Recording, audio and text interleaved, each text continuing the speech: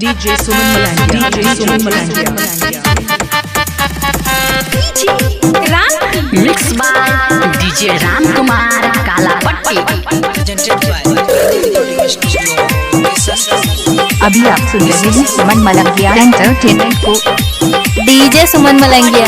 बड़ी मन करत करे के रानी भेंट हो, मिले जल्दी आव तू पर जनी लेट हो।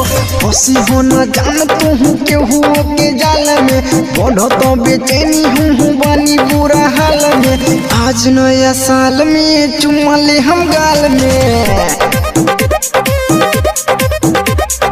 औरो काम हुई अब डीजे वाला ताल में। बड़ी मन करत करे के रानी भेंट हो, मिले जल्दी आव तू पर जनी लेट हो। फसी हो न जान तू केहू के जाल में, बढ़त बेचैनी हूँ बानी बुरा हाल में। आज नया साल में चुमा ले हम गाल में, औरो काम हुई अब डीजे वाला ताल में।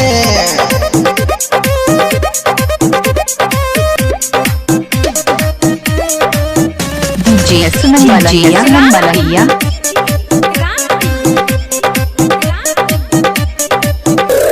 साल भर पया हाइल बा फर्स्ट जनवरी, प्यारी मोहब्बत के जरी मोर करी। दिलावा के दिलावा से होई मिलनमा, तोरी हो न जान तू हमारो सपनामा। आज नया साल में चुमा ले हम गाल में, औरो काम हुई अब डीजे वाला ताल में। बड़ी मन करत करे के रानी भेंट हो, मिले जल्दी आव तू पर जनी लेट हो। फसी हो न जान तू केहू के जाल में, बढ़त बेचैनी हम बानी बुरा हाल में। आज नया साल में चुमा ले हम गाल में, औरो काम हुई अब डीजे वाला ताल में।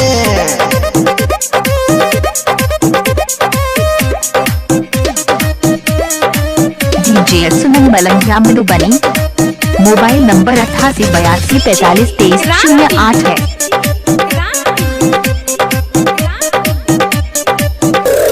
राघव शिवम से दूर जनी हट, प्यार वाला फीलिंग के भीड़ तनी सट। कहते तोहरा के राइटरिया मन, दिल खुश दी के बारू तू धन। आज नया साल में चुमा ले हम गाल में, औरो काम हुई अब डीजे वाला ताल में।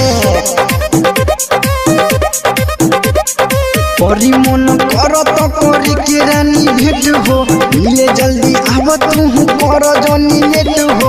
फसी हो न जान तू केहू के जाल में, बढ़त बेचैनी हूँ बानी बुरा हाल में। आज नया साल में चुमा ले हम गाल में, औरो काम हुई अब डीजे वाला ताल में।